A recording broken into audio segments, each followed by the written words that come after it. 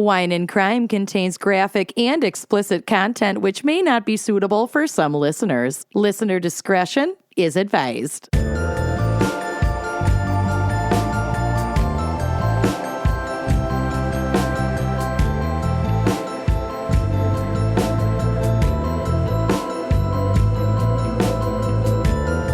You are listening to Wine and Crime, the podcast where two friends chug wine, chat true crime, and unleash their worst Minnesotan accents. You darn tootin'. Darn tootin'. I was going to make a White Russian for this, and I forgot. But also, it's 2 p.m. Yeah, you're fine.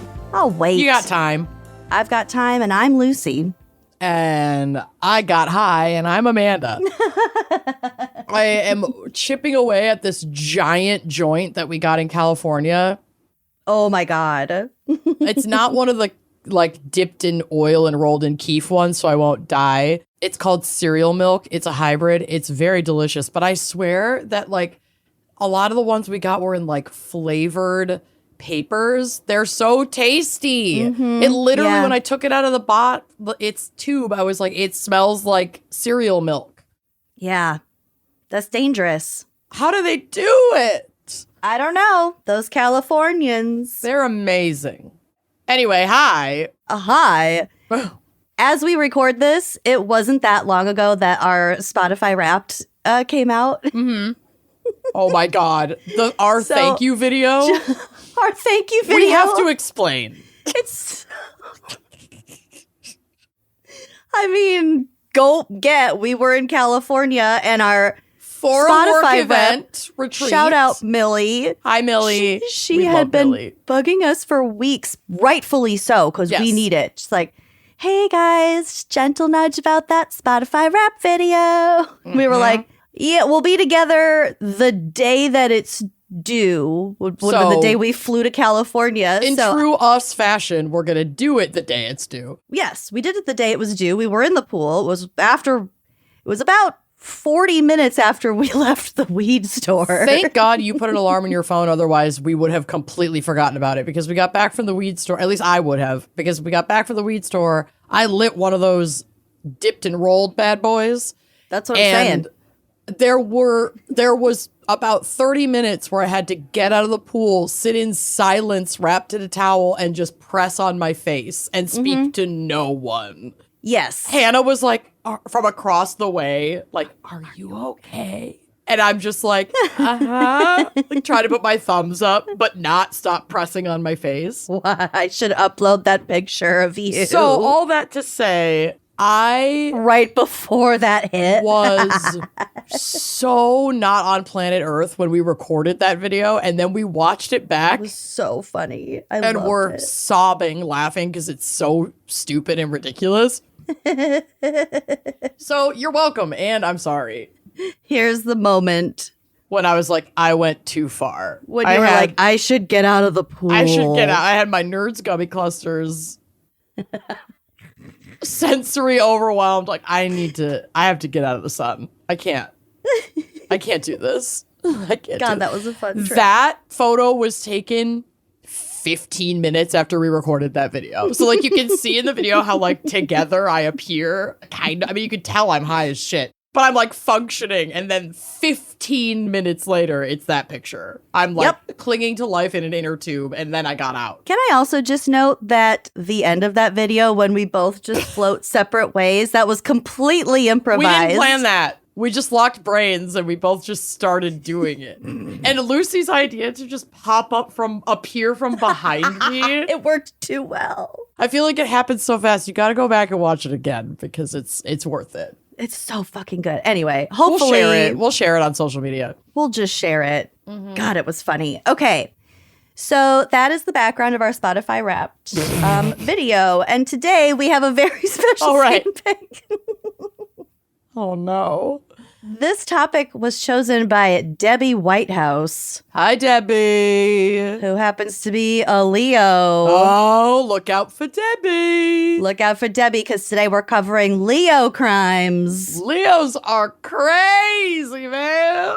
Every Leo I know has their own special brand of nuts illness. I can't wait. I have at least one Leo godchild. Shout out to our producer, Andrea. And I don't know how much stock I give to it, but I do feel like some of it really shines through, and it is so fucking fun.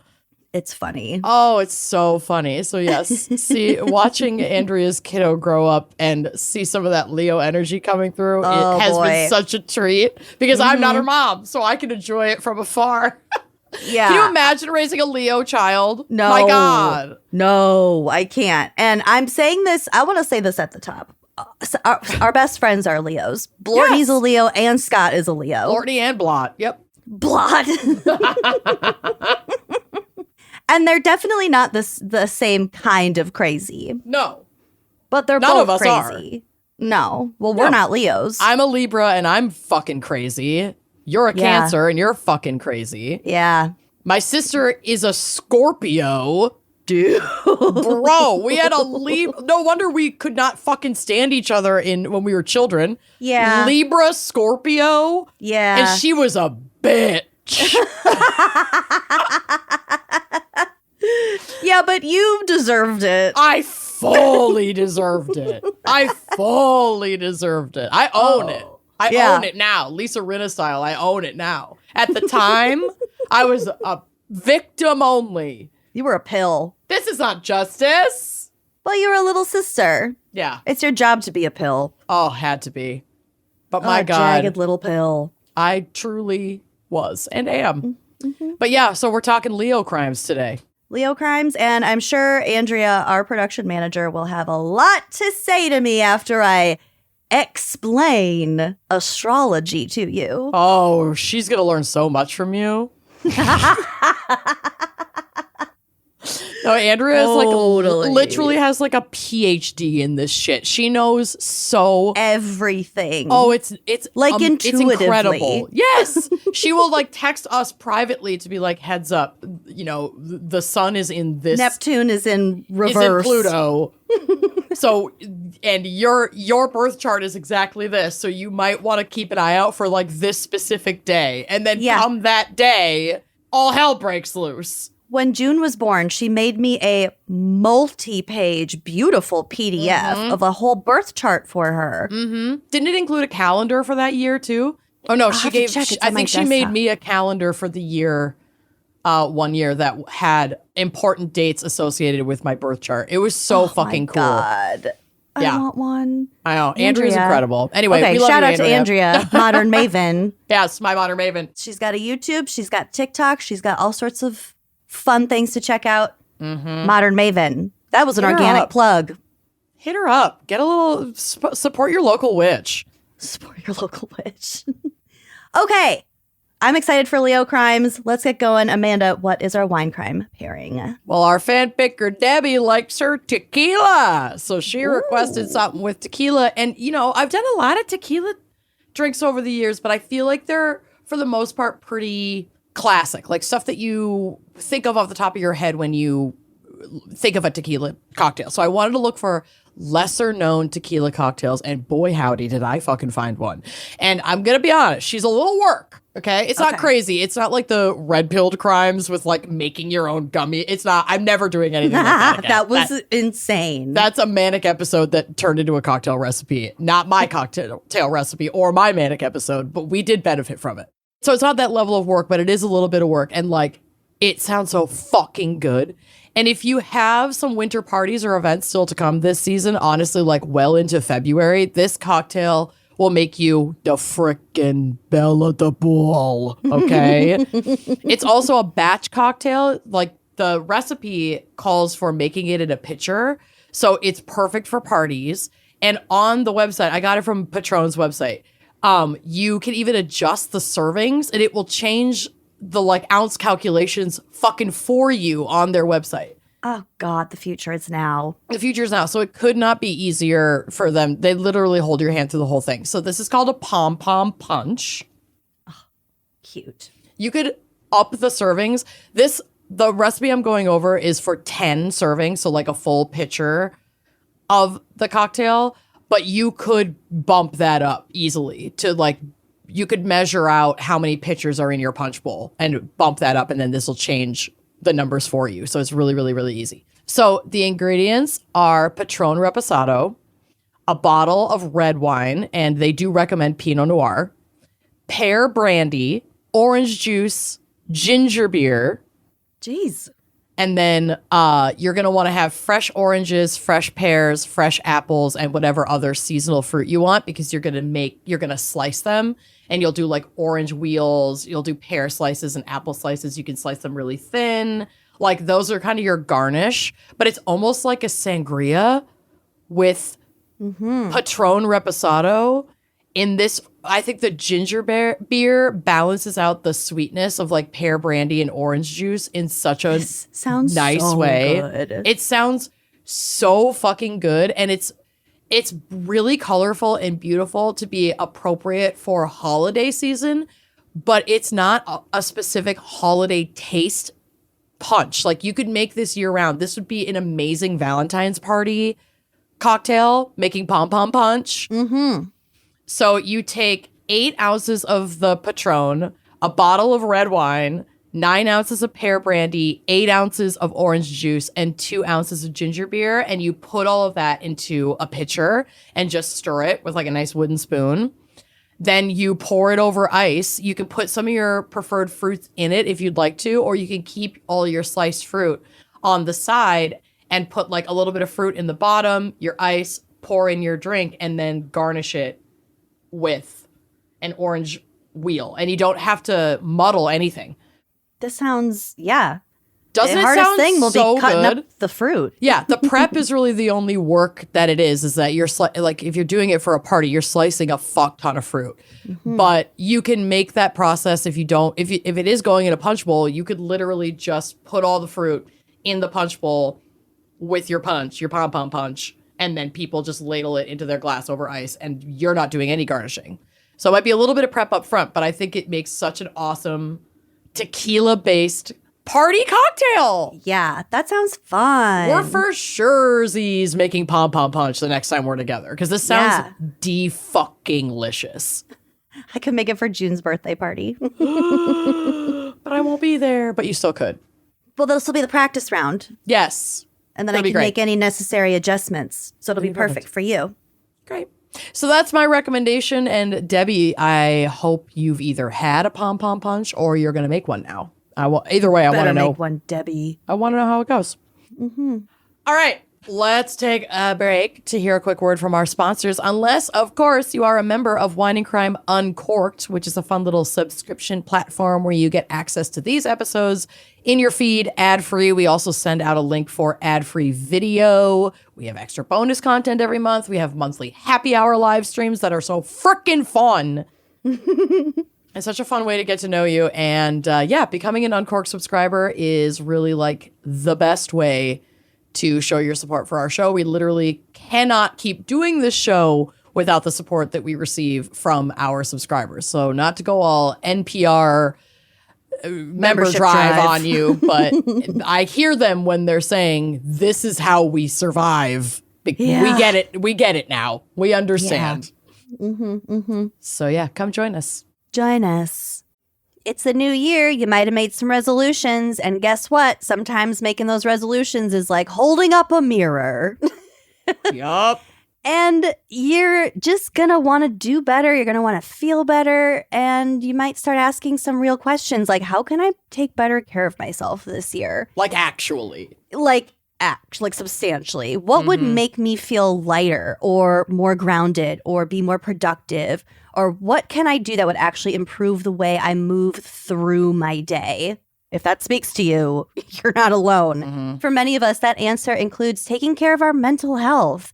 You want to feel better, show up better, and take care of yourself in a way that actually lasts.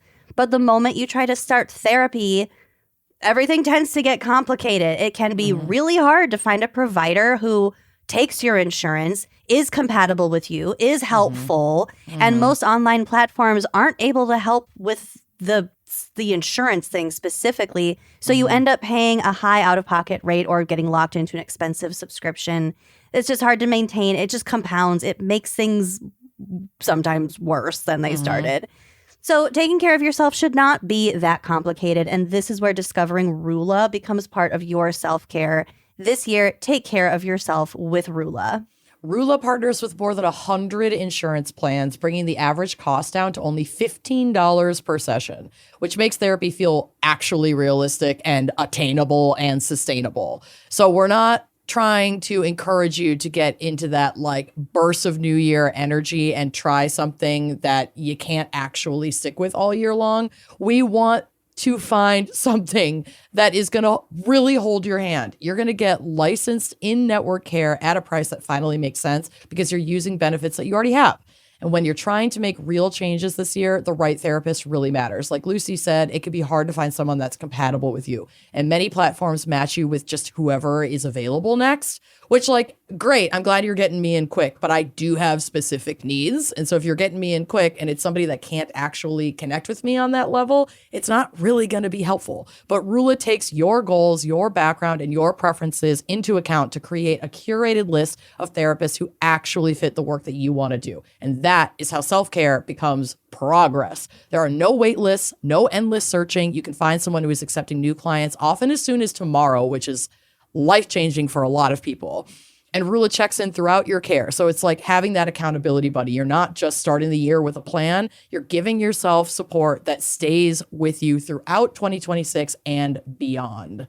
This year, make one change you can actually stick with. Visit rula.com/gals to get started. That's RULA.com/gals. Mental health care that's actually built to last. So New Year's Day was a few days ago, and I was a maniac cleaning my house, putting all of my Christmas stuff away. I needed my January to start completely fresh. And I went through a lot of sprays. So using Blueland truly made me feel better about the amount of what would otherwise be single-use plastics that I was using to just do like a full deep clean of my house. Because otherwise, all of that throwing away of plastic would really, really stress me out. And that is why I've made the switch to Blueland across all the cleaning products in my home, especially going into the new year when I'm rethinking routines and trying to build more sustainable habits at home. Certified by Cradle to Cradle, Blueland products meet the highest standards of clean. They're effective yet gentle on people and on the planet. From cleaning sprays to toilet bowl cleaner to dishwasher and laundry detergent tablets, Blueland's 100% microplastic-free, EPA Safer Choice certified formulas are safe to use around my child, my cat, my houseplants, myself. So I love not having to choose between the safe option and what actually gets my house clean. I just love how easy Blueland makes it to make these like impactful changes because they're truly on a mission to make it easy for everyone to make sustainable choices and also sustainable choices that actually work in keeping your home clean. They believe that hardworking clean products can be the norm, not the exception, so that you can do better for your family and the planet at the same time.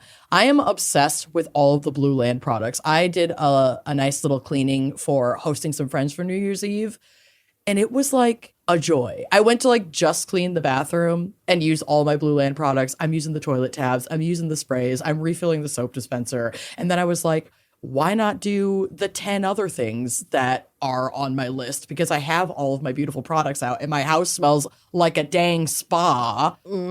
After using them, I am obsessed. And I'm telling you, things like the toilet, the dishwasher, the laundry, areas where we are very rough on our appliances day in and day out. You really want to make sure that the stuff that you are getting is actually going to work to keep those things clean. And I literally on that day, I did like 3 loads of laundry. I cleaned the toilet. I cleaned all the mirrors. Like I got deep in there scrubbing and everything came out clean and sparkling and smelling absolutely delicious. And I am so rough on my dishes. Their dishwasher tablets are some of my favorite things that they have. They are proven to perform on baked on, burnt on stains. No rinse aid is needed. Stuff's coming out of my dishwasher sparkling, and I kind of can't believe it. So Blueland has a special offer for our listeners right now. Get 15% off your first order by going to blueland.com/gals. You won't want to miss this. Blueland.com/gals for 15% off. That's blueland.com/gals to get 15% off. Y'all, if you're fed up with your bank, I'm telling you, talk to Chime. Chime is changing the way that people bank because they are fee-free. They have smarter banking. It's built for you. This is not like old school banks that charge you overdraft and monthly fees. Hello, it's 2026. We're not doing this anymore. This is banking built for you, not the 1%. Chime isn't just another banking app. They unlock smarter banking for everyday people with products like MyPay, giving you access to up to $500 of your paycheck, your money that's coming, anytime, and getting paid up to 2 days early with direct deposit. Some old banks still don't do this. What are you doing? It's so wild. And I'm telling you, forget overdraft fees, forget minimum balance fees, and forget monthly fees. Why are we paying this? Chime turns everyday spending into real rewards and progress as well. Like, Chime makes your everyday spending work harder for you by delivering real rewards and financial progress. Yeah, this is not, my younger self would have benefited from Chime, let me tell you, before I got sucked into like, you know, how I thought everyone has to bank, because that's just how all banks work. Well, guess what? Not anymore, honey. Chime is bank fee free plus overdraft coverage that you can count on. You don't have to worry about, oh, if I haven't checked my account in a little bit, if am I going to get totally nailed with all these fees? Chime's got your back. They'll help you build credit history stress-free. Like Amanda said, you're going to get paid when you say up to $500 before your actual payday, because you should be able to access the money that you have already worked for. Earn up to 3.5% APY on savings, which is 8 times higher than a traditional bank, if you didn't know. Chime is rated 5 stars by USA Today for customer service. They've got real humans, 24/7, accessible by you.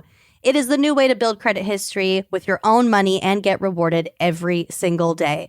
They've also got this new card that unlocks safer credit building and cash back with everyday spending together at last. At last. Imagine cash back and credit building with your own money finally on the same freaking card. No annual fees, no interest, and no strings attached. And when you get qualifying direct deposits, you get 1.5% cash back on eligible Chime card purchases. So Chime is not just smarter banking, it is the most rewarding way to bank. Join the millions who are already banking fee-free today. It just takes a few minutes to sign up. Head to chime.com/gals. That's chime.com/gals. Chime is a financial technology company, not a bank. Banking services, a secured Chime Visa credit card, and MyPay line of credit provided by the Bancorp Bank N.A. or Stride Bank N.A. MyPay eligibility requirements apply, and credit limit ranges $20 to $500. Optional services and products may have fees or charges. See chime.com/fees info. Advertised annual percentage yield with Chime Plus status only. Otherwise, 1.00% APY applies. No min balance required. Chime card on-time payment history may have a positive impact on your credit score. Results may vary. See chime.com for details and applicable terms. Everybody comes into a new year with resolutions, but are we thinking about our teeth? Are your teeth included in your resolutions? Because like part of taking care of yourself and taking your health seriously is also taking care of your teeth while you sleep. A lot of people grind their teeth at night, and not only is that damaging obviously to your teeth, but like you can be waking up with headaches. It's going to disrupt your sleep. Like it's going to affect all kinds of other areas of your life that you may not even be thinking about because you might not even know that you're doing it. And that's why this year we're using Remy. If you're part of the 30% of Americans who grind their teeth, then your smile needs protection too. So make it your year by grabbing your own night guard. I've got a Remy night guard. Let me tell you, when I don't use it, I can tell. She knows. My jaw is like tense throughout the, like it's sore because I've been clenching all night because you know what? The holidays are stressful. Remy's custom night guards are clinically tested and FDA cleared to prevent teeth grinding, reduce jaw tension and facial muscle strain, and improve sleep quality. You're going to get the same professional quality and comfort as a night guard from the dentist, but Remy costs you about 80% less and is much more convenient than having to actually enter a physical dentist's office. So here is how it works. You order it online. You receive your impression kit straight to your door. You're going to follow Remy's step-by-step instructions to get your perfect impression. If you have any questions or any issues at all, their customer service is stellar, like very responsive, very helpful. So you send them back in. Remy crafts and ships you your custom fit night guard so you can get your night guard back and start protecting your teeth. They're super thin. You don't even notice that you're wearing them. It's not something that's going to like impede you falling asleep at night. And you're going to wake up. Well, I'll say you're not going to wake yourself up because you're clenching your teeth so hard. If that sounds familiar, you're going to want to check out Remy. So start the new year right and use code GALS to get 50% off your purchase of a new night guard. That's 50% off at shopremi.com/gals with code GALS. And thank you, Remy, for sponsoring this episode.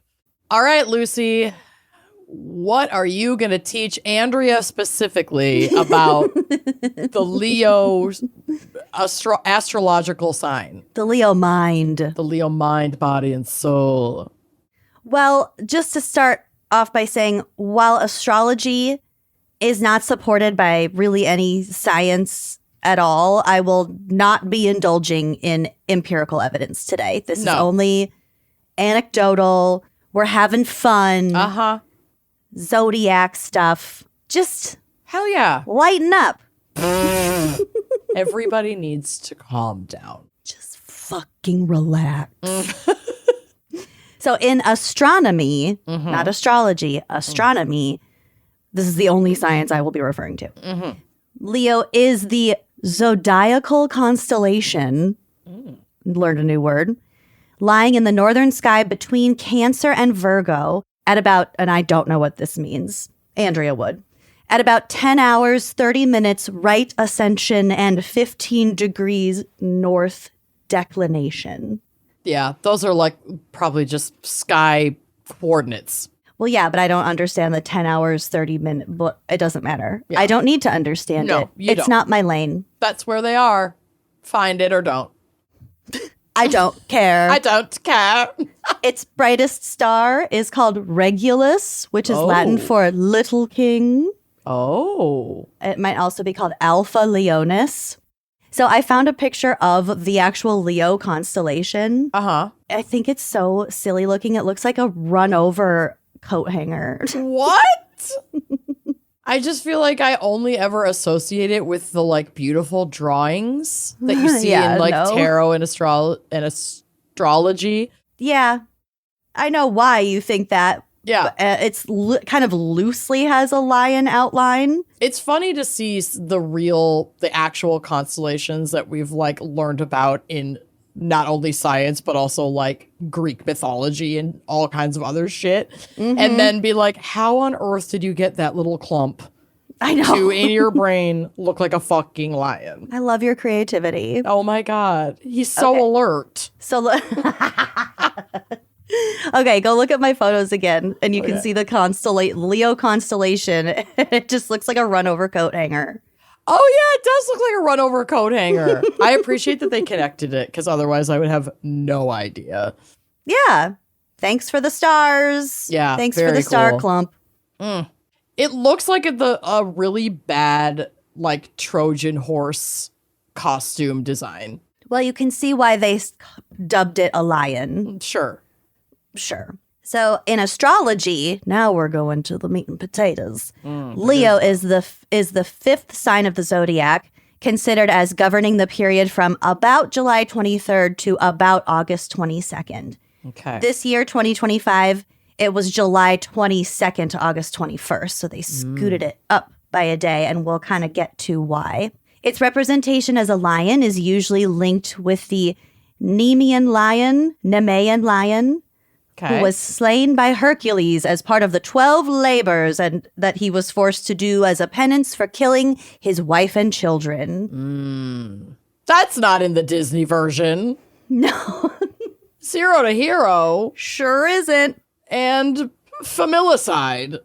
So his first labor was to slay this lion, and then he wore the lion's skin for the rest of his labors. Wow. So I have a picture of a statue of Hercules with his lion coat, and it's tied by its paws. It's honestly kind of grotesque. Smash, by the way. Yeah, he's got the mouth up on his head like a sexy hood. He's got that like hip ridge line really in depth. The V. Yeah. No arms, but still pretty hot. Don't need arms. Don't need arms. Do not need arms. Not when you just slain a mythical lion. Yeah, you're good. So the zodiac is split into 12 signs, each occupying 1/12 or 30 degrees of its great circle. So basically, the Babylonians invented this in about 500 BCE. So they were Before seeing Christ it as even. before Christ even. So they would and I'm not sure time of day or exactly how this worked, but basically everywhere around them on the horizon were these constellations and they were constantly rotating. So whichever constellation was in a certain place at a certain time, that marked roughly 28 days. Okay. So that's the month, Yeah. you know. And then they rotated around like that. So we start with Aries, which is represented by the ram, and that's March 21st through April 19th-ish. So Aries, Taurus, Gemini, Cancer, hello, Leo, Virgo, Libra, you hello, Hi. Scorpio, Sagittarius, Capricorn, Aquarius, and Pisces. The original names were Scorpius instead of Scorpio and Capricornus instead of just Capricorn. And Virgo is right before Libra, right? Yep. Yeah, my mom. So Virgo's September, late August through late September. My mom, I think, is a Virgo. My mom's September 18th. She's a Virgo. Yeah, that's what I thought. I'm married to a Virgo. When's Corey's birthday? September 16th. And what are the last 4 digits of his social security number? I have it written down right here. I could tell you. You actually fucking do. And I do. mine. I have yours and a couple of other people's. Yeah, you better watch out. You better not cry. Don't piss me off. Lucy has her entire family's social security numbers. And their Sky Miles numbers. Yeah, that's important Don't fuck shit. with me. I'll end you. I will take all your Sky Miles. Whatever. I will Our rob data you. has all been leaked all over the place so much. Everyone has my social security number at this point. Everyone has it. Don't be ridiculous, Andrea. Everyone has this. Since most of the constellations through which the ecliptic passes represent animals, meaning most of the zodiac signs are animals.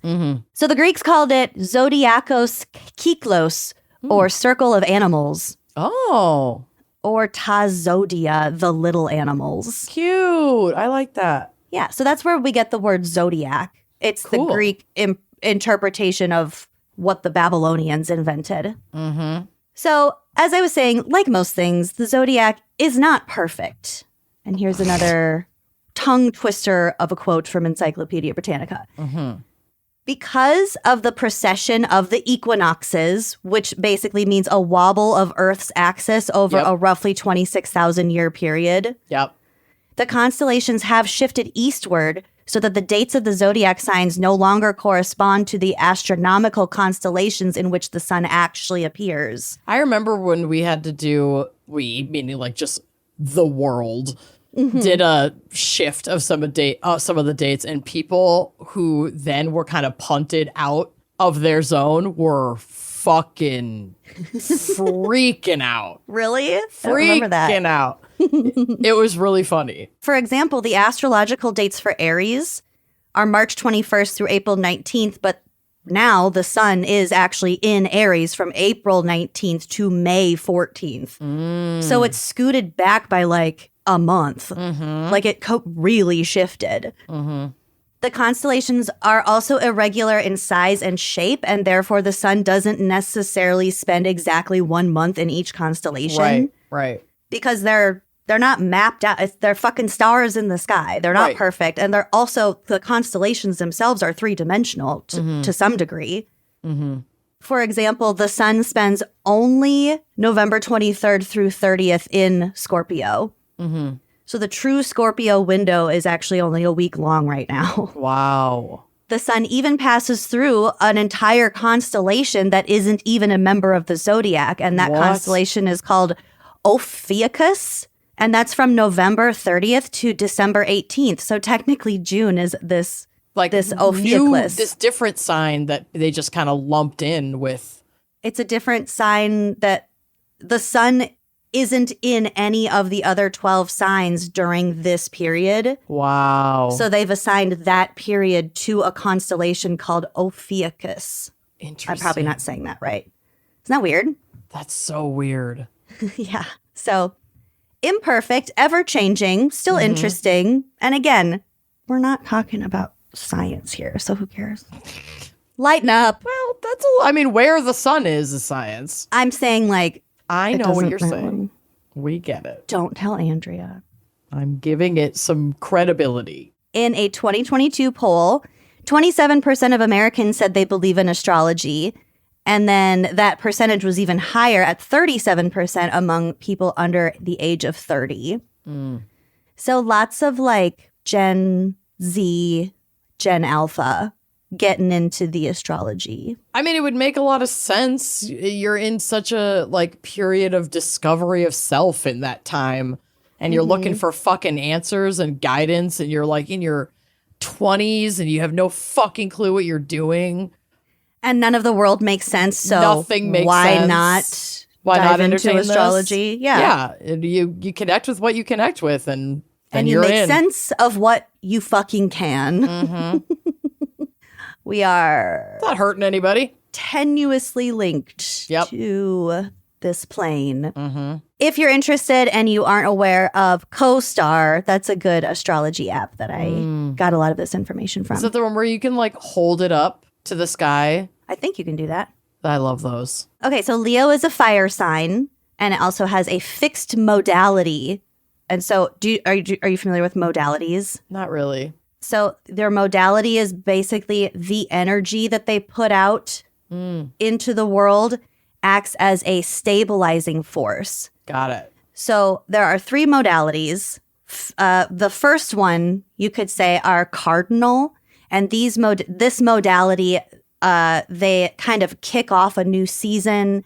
They come with ideas. They have a natural leadership, and they kind of have creativity and ambition. So they sort of start a season.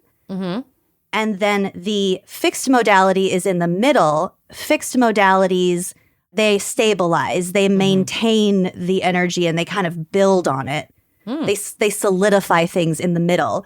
And then the last modality is called mutable.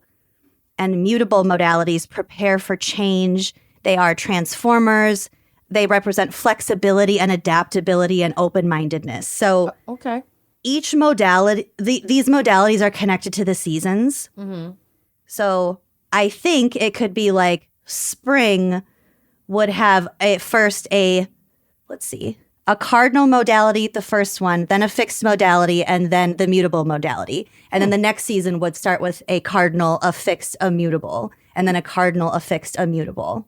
Okay. So it represents beginning, middle, and ending. Sure. And I'm using ending loosely. Okay, so it's a fixed modality. So Leos are the maintainers, the stabilizers. They are known to be creative, generous, and domineering. Duh. So these next ones are from CoStar, which are a little bit more fun. Leos exude warmth and creativity. They can be a little bit vain. They can have a really big personality. They want to stand out. Some might interpret that as a need for attention. They have an interest in luxury, which some might interpret as being materialistic. They are steadfast. They have a lot of confidence. They are independent. They are optimistic. They are very loyal, and I think are frequently hung up on loyalty. They're funny. They're brave. They can be manipulative, and they like karaoke. Who can't? Yeah. And they like karaoke? Yeah. That's like a thing? That's what I read. Yeah. Oh, Isn't that that's cute. Yeah. Because they like to be the life of the party, Sure. and they're the maintainers. They want to keep the party going. That totally tracks. Some good careers for Leos would be a chanteuse, a singer, Oh. a B-list actor. I don't know why it has that. A motivational speaker, an autobiographical author, or a style icon. Oh. Here are Okay. some famous Leos. Usain Bolt No way. is a Leo. I knew that. The fastest before Leo alive, man. Yeah. The lion's quicker than the cheetah. Yeah.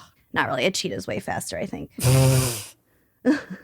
Our hero, James Baldwin, is a Leo. Amazing. Was a Leo. Mm-hmm. Kylie Jenner. Great. No. Yeah. Coco Chanel.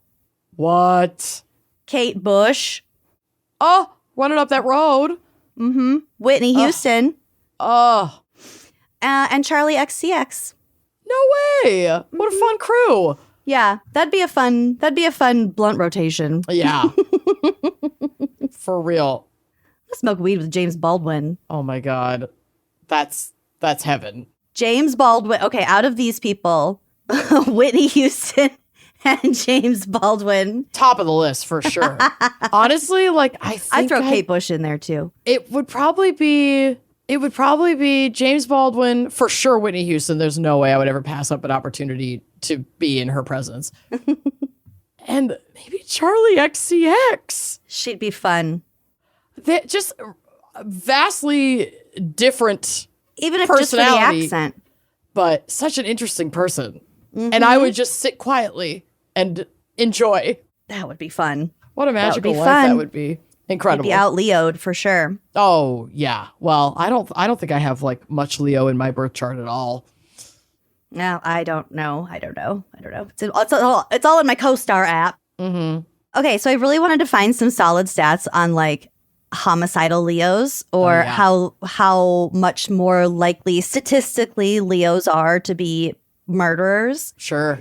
And I didn't quite find that, but I did find an article from Your Tango called "The Type of Psychopath You Are According to Your Sign." Oh, wow. Okay. So it doesn't even say like these signs are more psychopathic, but they had everyone's sign. So Cancer was the soulmate psychopath, where like I would lure you in with my warmth and my compassion, and then I would completely turn on you and ice you out and be the worst version of myself. Love that. And yours was for Libra, it was the saint psychopath. Oh. Or something like you would make everyone think that you were like a deeply, very, very good person, and then you'd fuck everyone over.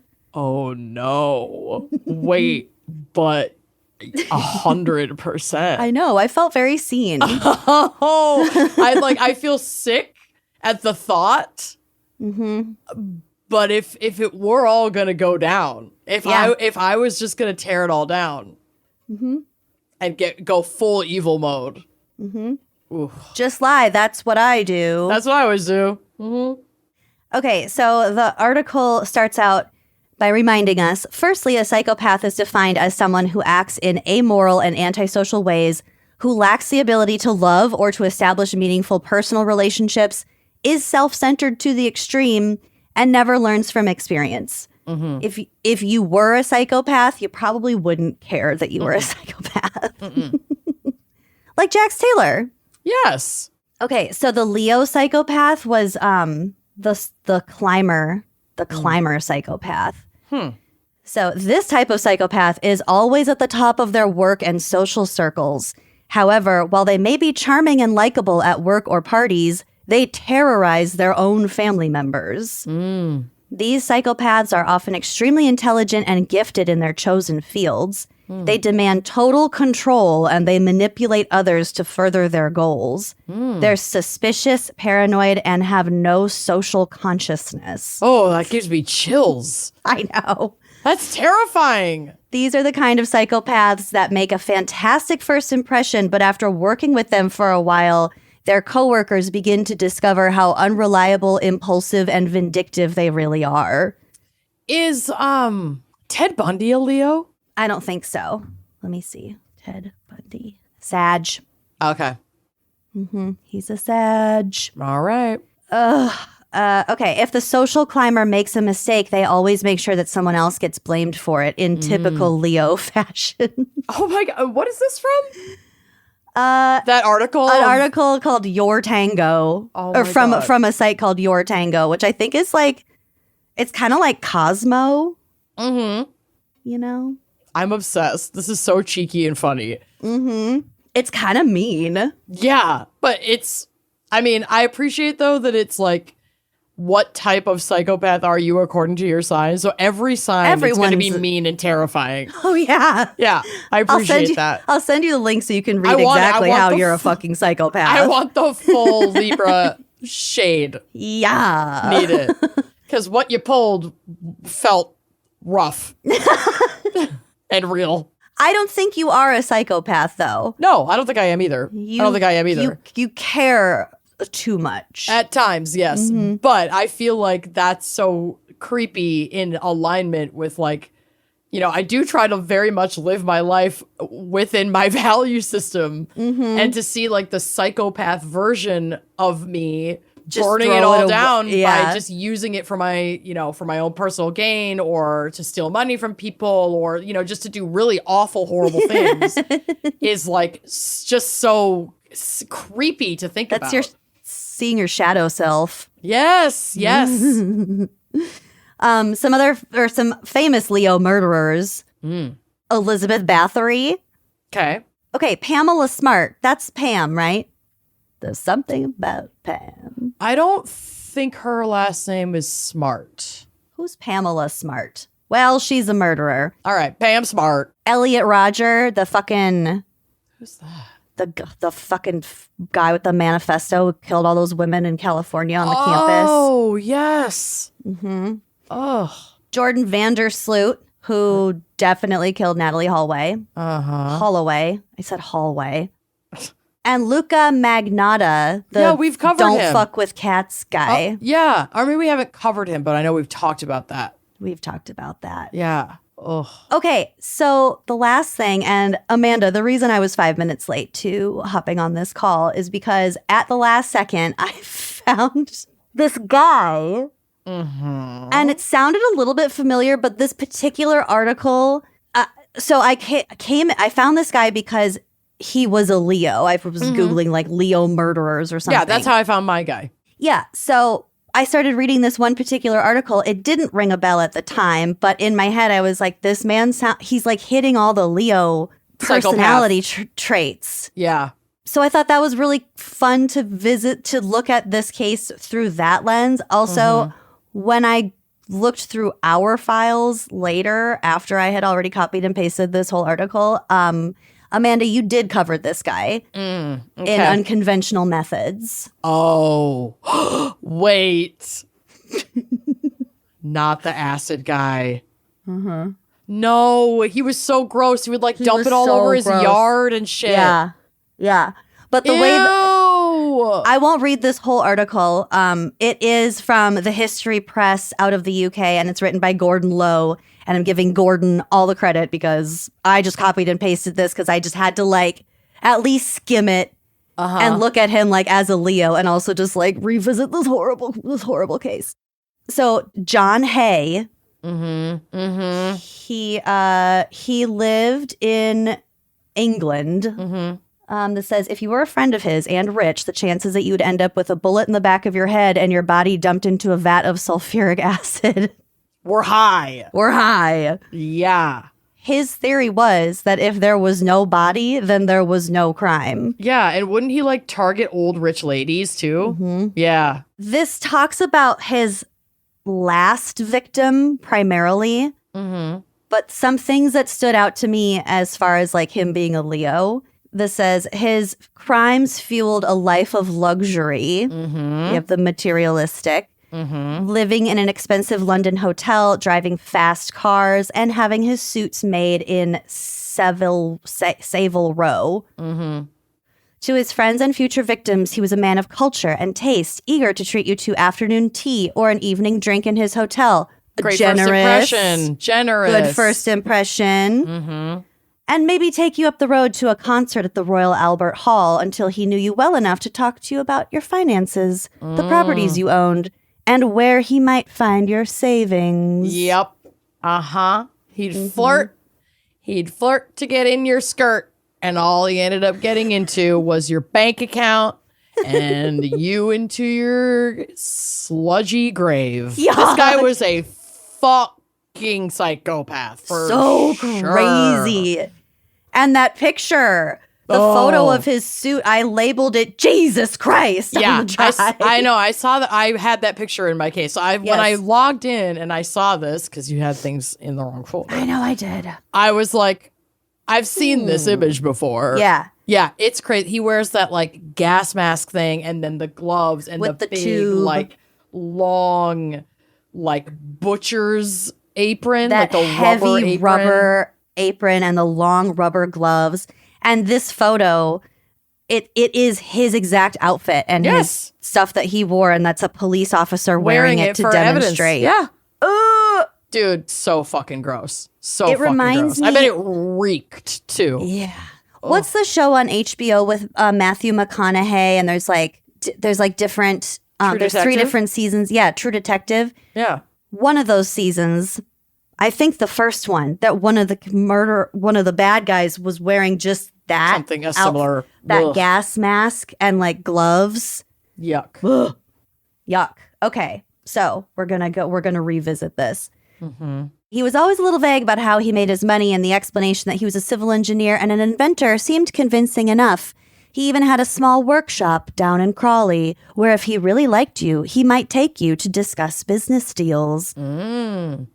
So this was the fate of his 6th and last victim, a kindly and talented lady who was also a resident of the hotel that he was living in. Yep. Mrs. Olive Durand Deacon. Yeah, Olive. Yeah, was the widow of a war hero and had been an active suffragette in her day, even spending a night in the cells after throwing a brick through a window. Good for her. She's fun. She's a good time. But now she was a respectable lady in her late 60s, and she was rich, honey. She was just delighted to hear that nice Mr. Hay, who sat on the table opposite her in the hotel, happened to be an inventor. So Yeah, we're seeing the creativity, the charisma, the like motivational, Charming. Like, come to my workshop. We'll talk about business ideas. We'll get creative. We'll get you like, and it's like all just to use the shadow self. You use all of your best qualities. You know, as if you could outrun me, as if you could fight me off. I'm designed to kill, Bella. Everything about you lures me in. My smell, my taste, the sound of my voice. A lot of these are direct quotes from Twilight. I figured. Actually did pick up on that. This is the skin of a killer. That's the only one I know. And Bella. What does he say? Where you been? What does he say? Bella, where the hell you been, Loca? Oh, yeah, And Loca. That's Jacob. That's not Where the hell you been, Loca? Where the hell you been, Loca? Who approved that? Any of that? Honey, no one. That's why we're here. I can't wait for our trip to the Pacific Northwest. We're next summer. doing it. We're doing the Gals Go Twilight.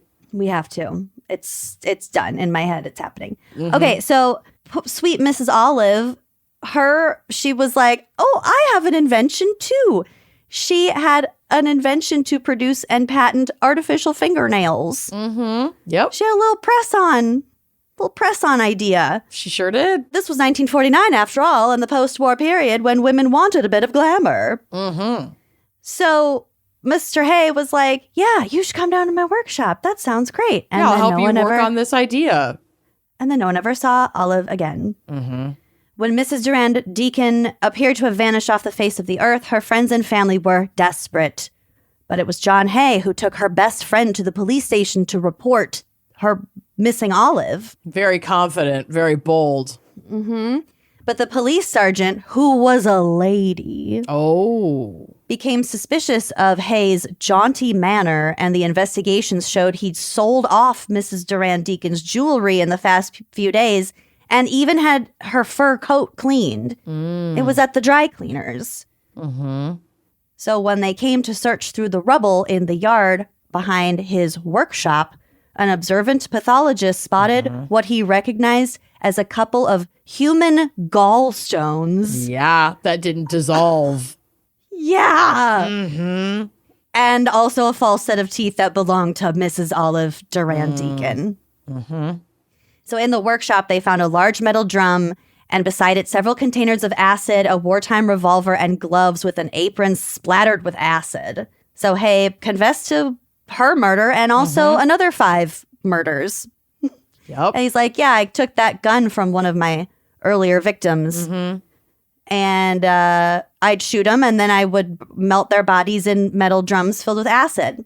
What? After a couple of days, the resulting sludge would be poured down a drain or out into the workshop yard. Yep. He really fucked up with his disposal. It's not the worst idea because, I mean, he didn't have to admit to the other ones. You know what I mean? I mean, I guess, but like just pouring the acid out everywhere, right where your workshop is not smart. I would have taken that to a different location. That's what I'm saying. Like, the method isn't necessarily what's not clever. It's the disposal of the resulting sludge that's stupid. Don't dispose of that right on your fucking property, you dumbass. I would have poured it into smaller containers and taken and disposed of those containers in different places. Like, just go dump them in a river. Sure. Ruin everyone's life. Well, you know, dump them somewhere. But yeah, it's literally in his own backyard. Yeah, ridiculous. But still, they didn't find any evidence of the other 5. So it kind of did work to a little bit of a degree. But he did say in the case of Mrs. Olive Duran Deacon, he'd even had time for a cup of tea and a fried egg on toast at the local cafe between shooting her in the head and starting her acid bath treatment. Well, why rush, you know? He can't, I mean, it's about him at this point. You know, there's a little bit of that selfishness. I am a little bit hungry. I'm gonna go take care of my needs. Yeah. It's not like she's go doing have a anything. ham and cheese on a Hawaiian bun with a little bit of mayo. That sounds so good. I know, it's your fave.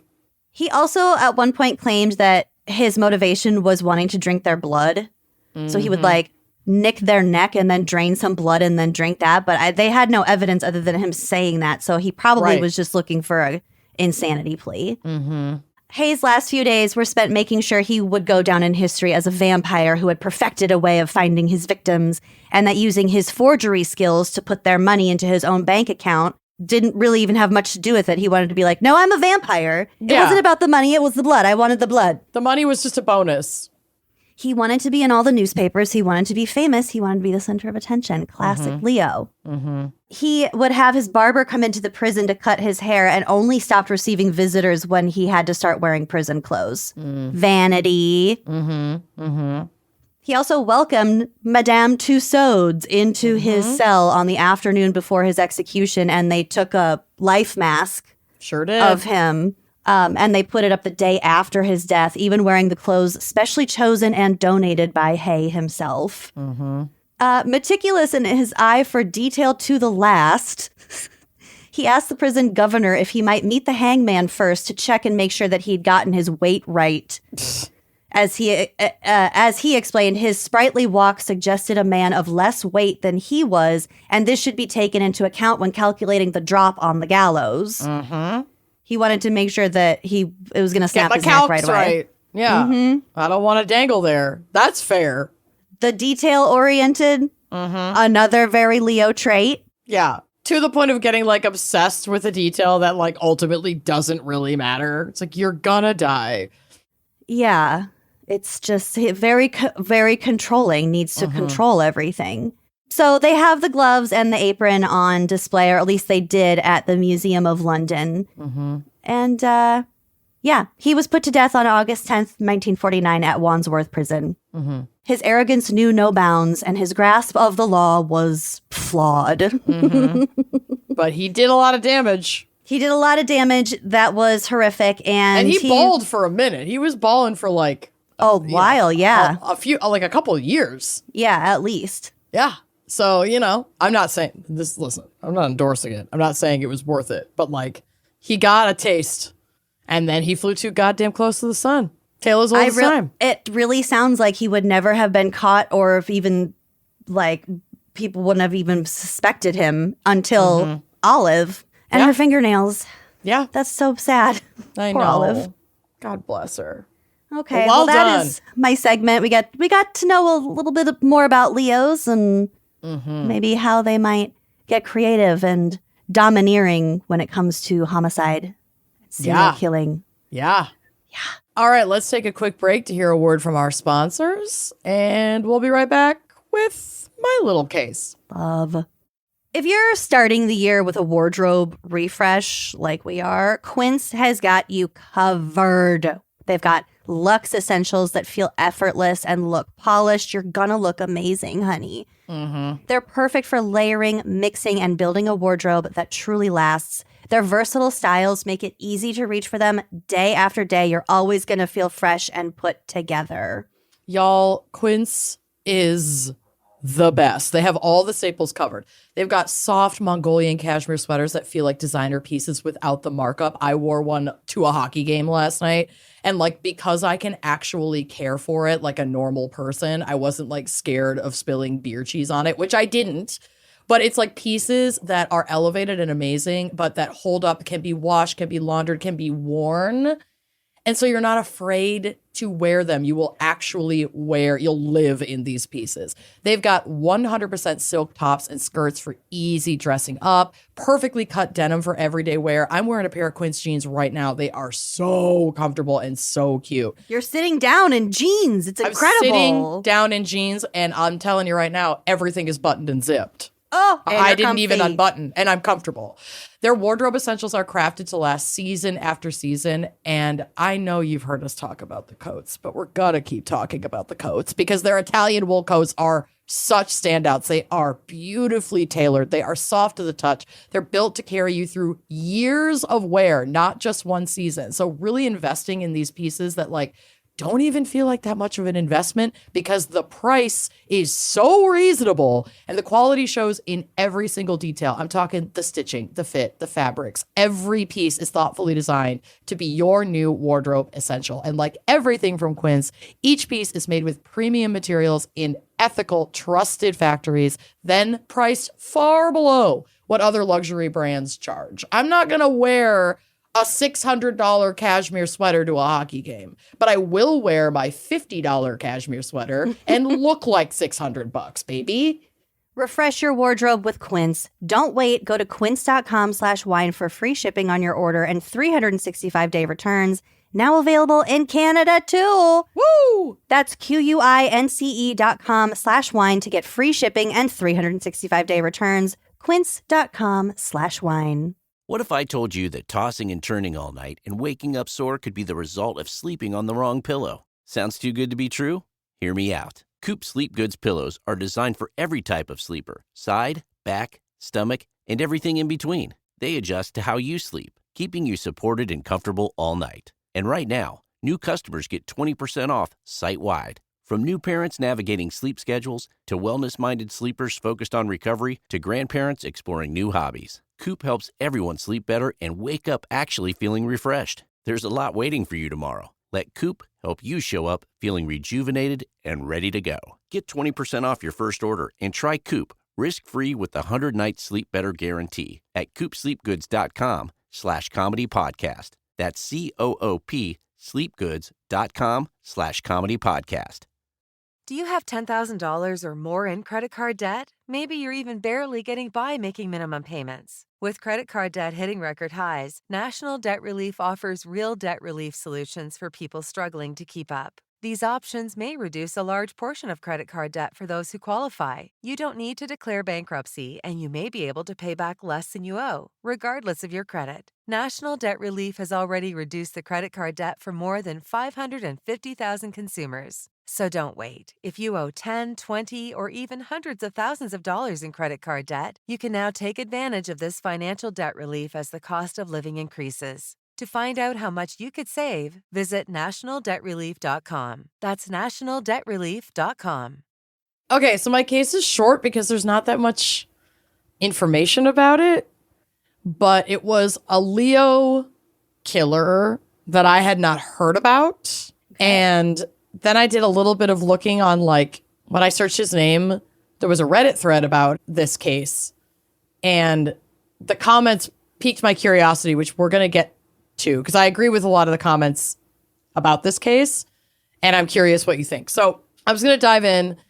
This is a really terrifying case. It's a 3-year rampage of one of the worst Leos on record, a man named Yang Jinhai, and he was dubbed the Monster Killer and became one of the most prolific known serial killers in Chinese history. Oh, God. So Yang Jinhai was born on July 17th, 1968, a Leo, in Zhenyang County, Henan, to one of the poorest families in his village. So they had very little growing up. He was the youngest of 4 children. July 17th. That's not Leo. In 1968? July 17. This says it was a Cancer. What the That fuck? doesn't matter. Hold on. Well, it matters. Let me double check this. Well, we're not going to not do your case. God damn it. Yeah, that's what Wikipedia says too. Oh my God, you guys. You guys, he's a fucking Cancer. He popped up in my Google search for Leo murderers, and I just didn't double check because there are a lot of Leos in July. So I didn't even question it, and he's a fucking Cancer. Hey, if it makes you feel better, and I will admit to this on the air right fucking now, don't forget how bad I fucked up the fan pick last week when we did South Dakota crimes, and then the fan picker emailed and was like, hey, so I had asked for North Dakota crimes, and I was like, Oh God. fuck. We had already recorded it. She goes, It was out. She saw the teaser Tuesday. She saw the teaser Tuesday and was like, it kind of looks like you might have done South Dakota crime. Which we did. We did. Yeah. Okay, we're human. Oh, I fucked it up. So Well, we will this be guy doing was- North Dakota crimes in 2026. This guy was almost a Leo. Maybe he's a Leo moon. Maybe. I don't won't know. be checking. It's okay. I want to learn about the monster killer. Okay, well, you're gonna, because I can't just pull a new case out of a hat. So anyway, he was described by his parents as a promising but introverted student. But there wasn't like anything about his background that was flagged other than that they were very poor. Mm-hmm. But I didn't see anything about abuse or...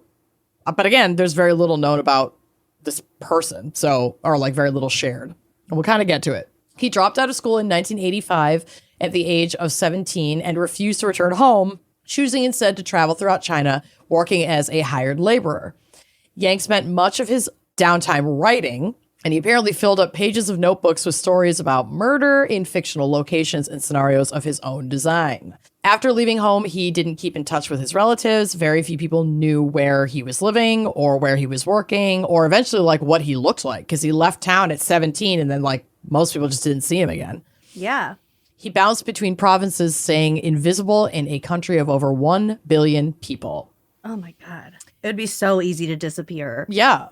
Before his now infamous killing spree began, Yang had already accumulated a criminal record. He was sent to re-education through labor camps twice, once in 1988 and again in 1991 for theft offenses committed in Jian and I can help you. Shijiazhuang. So it's Xi'an and Shijiazhuang. Shijiazhuang. Yep, there we go. Shijiazhuang. Nailed it. Yes, you did. Later, in 1996, he was sentenced to 5 years in prison for an attempted rape in Zhumadian. Yeah, sure. It's very close if it's not exactly that. All right. Yang was released around 1999 or 2000. It's like a little bit loose, but it was upon his release that a mass murder spree basically started. Okay. So starting at about the year 2000, and if we are to believe that he's the one who did all of this, the scope of Yang's crimes was staggering, spanning rural areas in the provinces of Henan, Anhui, Shandong, and Hebei. Okay. Yang would travel between towns and provinces, often moving from one murder scene to the next by bicycle in the middle of the night, unseen. No. Ew, that's so creepy. I know. I was just telling someone yesterday, we were talking about what we did during like COVID lockdown days. Yeah. And I was like, I started taking walks really late at night. Yeah. Because it's kind of fun to be in the dark and no one can see you. Yep. Not that I'm doing anything wrong, but... And people weren't out, so you felt safer to do that. Oh, yeah. Because men... Yeah. I wasn't prowling. No, you were just taking a walk. I was just taking a walk at night and sticking to the shadows. Yes. I didn't want to be seen. Okay, creep. Good for you. Proud of you. I don't... Isn't it a relief to not be looked at? Yes, it's nice not to be perceived every once in a while. Yeah. It is nice. So he focused his attacks primarily on rural farmhouses and would commit his crimes at night, entering his victims' homes without their knowledge, like breaking into their houses. He appeared to choose these homes at random and spared nobody that he found inside, from children to the elderly. And there was no very clear motive or like link between the victims because he was also on a bike. So even though he would like kind of fuck with the house and like take things, it's only like little things that he could take on his bike. Mm-hmm. So the scenes were shocking because he would go into the house, kill everyone inside the house, sometimes wiping out entire families. Like generational living is very common. Yeah. Mm-hmm. And he would sometimes use tools that were like on the property. It was a lot of farmhouses, but he often had a hammer. So he would use like axes, shovels, meat cleavers, but most frequently an iron hammer. It was common that he would rape his female victims before killing them. And then when the home was silenced, he would ransack it, steal the whatever of the deceased valuables that he could carry before hopping on his bike and heading to the next town. And he'd be long gone before anything was discovered in the next like day. God damn, this is so gross. Yeah, it's really fucking gross. At each scene, he would allegedly wear new clothes and shoes 2 sizes too big to try and throw police off his trail. Pretty smart. Yeah. By 2003, Yang's crimes had entire villages across multiple provinces living in fear. Parents had even begun guarding their homes at night with makeshift weapons. I mean, there were like over 50 of these murders in that 3-year period. Jesus. So people were fucking terrified. But then it all came to an end when on November 3rd, 2003, Yang Xinhai was detained in Kanju City. Is that right? Kangzhou? Kanju City, Hebei province? Hebei province. His arrest occurred during a routine inspection of one of their like entertainment venues, probably like a community center or like movie theater where like little shows and stuff will happen. Mm-hmm. And police were doing these like inspections and they'd been looking for not specifically this guy, but like obviously there's been these strings of killings over the last 3 years. Like all the local police knew about it. Looking for a guy. And they see this guy and they just were like, he's acting suspiciously, which, you know, I don't love. And I don't have details on what exactly that means. Mm-hmm. But regardless of how that arrest went down, he was arrested or like taken in for questioning. And they discovered that he was Yang Xinhai.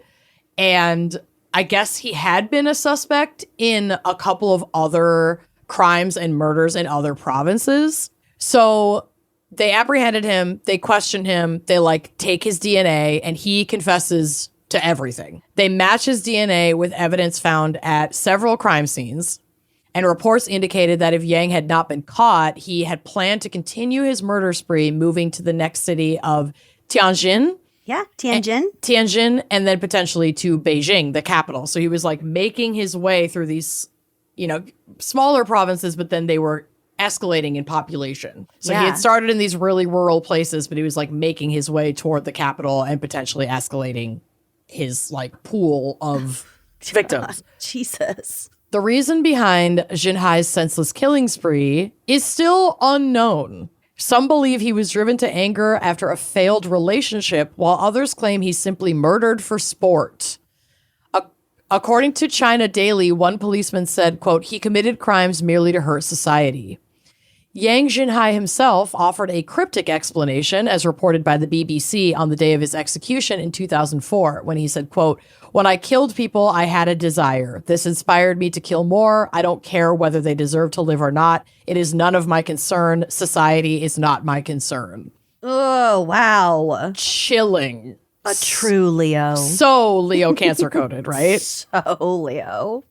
Yang took responsibility for 67 murders from that 3-year period and swiftly faced trial. That's so many people. Now, here's where I let myself go into the comment section a bit, because the speed of the trial really threw me, and I wanted to know what folks were thinking about in the comments. So his trial allegedly only took an hour, and he was quickly found guilty and sentenced to death by Luo City Intermediate People's Court in Henan Province.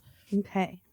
Authorities barred the public and reporters from the hearing, citing privacy concerns for the female victims who had been sexually assaulted. But that lack of transparency, especially around a high-profile trial of a suspect that was charged with nearly 70 murders, is really disturbing. I don't like that not even reporters were allowed to be in there, and the trial took like 45 minutes. So the court found him guilty of intentional homicide, willful and malicious injury, pillage, and rape, but outside spectators wonder, did he really do all of this? The overwhelming opinion seems to be that yes, he did indeed commit several murders and rapes, breaking into strangers' homes. But there is a very real possibility that he took responsibility for additional crimes that he did not, in fact, commit, that he was either pressured to take responsibility for by investigators, which is not uncommon, to kind of tie up and close cases. Yep. Or as part of maybe his own kind of like grandiose, inflated. I mean, we've definitely had circumstances of like serial killers that took responsibility for killings, murders that they didn't do. The copycat killers. Copycat killers, or like, it's almost like clout chasing. You know, they want... Jeez, was it the copycat? No. There was some Netflix show about I forgot what it's called. I'm not sure either. But even in episodes of like, what's it called? Mindhunter, which I rewatched recently. It's so fucking good. In some of those interviews, which like the show is obviously dramatized, but it's based in a real case study that was done by the FBI to develop behavioral, investigation department, but whatever. They pull the dialogue from like real interviews that they did with these really terrifying people behind bars. And more than one would just claim that they did things that they didn't fucking do, just to give it's like to fuel some weird, like grandiose need for validation and to be like the most evil and the most powerful and have done the most carnage. It's like this weird contest. It's so gross. It creeps me out. So, well, a lot of those people like to, for the murders that they did commit, kind of look back and like kind of fantasize about them. So it could have almost been a way to like get more fantasy material by like imagining that they had done it, or potentially maybe getting to see like the case files. There's all sorts of reasons why that might happen. But right. So even the detail around the different shoe sizes that he allegedly wore raised red flags in the comments. Because was he really wearing different shoes to throw off the police? Or did the police kind of come up with that detail to put additional random crimes without like, because again, his MO, quote unquote, didn't really make sense. It was like pretty random and all over the place. Yeah, he didn't have like a victim profile. Not really.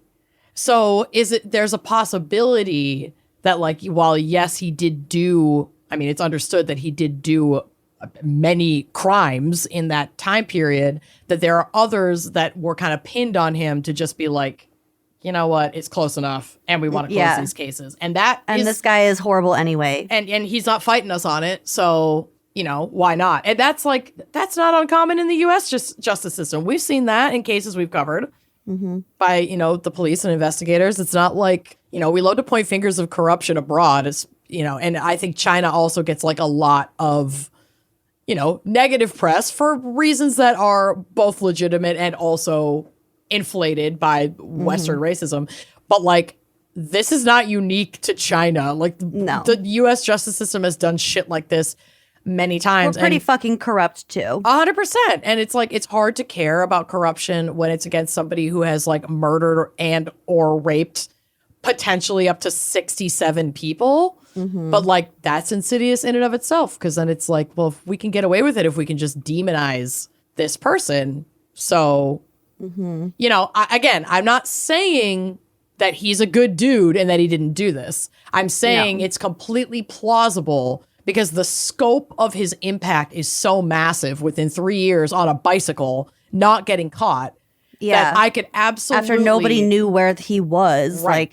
like he's a ghost in the night. Exactly. I could see a world where he didn't commit all of these crimes and other people did, and then essentially got away with it because they just lumped it in with this guy and he was like, whatever, I'm not going to fight it. They're going to execute me anyway. So, well, there was something off with that boy to begin with. So 100%. So, but I just think that's it's like such an interesting exercise in thinking critically about what we're consuming, because I didn't find that conversation anywhere in the research. I found it in the comments. That like all of the very few articles that are even written about it were very much, he was this, he did all of these crimes, and now he was executed. But there's justice was served. Yeah, but there are people raising questions, and I thought that was interesting, and I thought I would engage that. So we're never gonna really know. glad that you did. Yeah, but he did not appeal his death sentence, and Yang Junhai was executed by either firing squad or just a person, an officer that. A squad of one. Yeah. Only 2 weeks after his trial. Wow. On Valentine's Day in 2004, which is creepy. Yeah, he was 35 years old. Oh, man.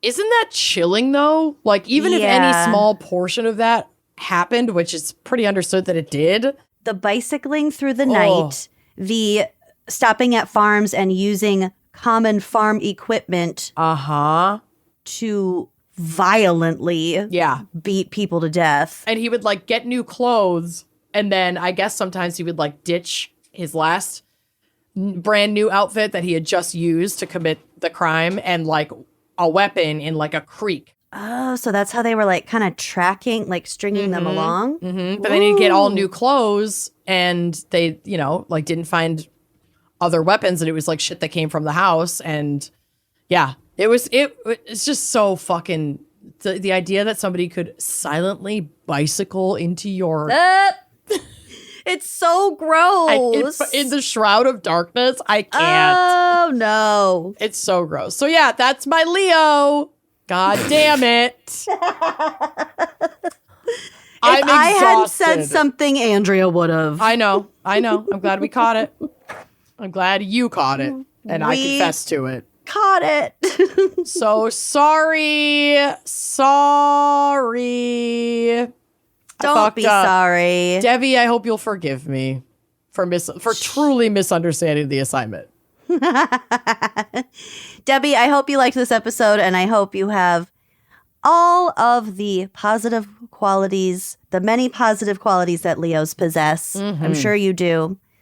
And just a reminder, you can hear this episode and all of our episodes in our entire back catalog of over 500 episodes. Bro. On Uncorked for as little as $5 a month. Yep. And that gets you a lot of ad-free content. What you're, if for some reason that's what you're seeking. If you need more, we have more for you. We do. All right. Well, thanks for listening, and we will see you next week. Bye-bye. Thanks for listening to Wine and Crime. Our cover art is by Danielle Sylvan. Music by Phil Young and Corey Wendell. Editing by Jonathan Camp. Our production manager is Andrea Gardner.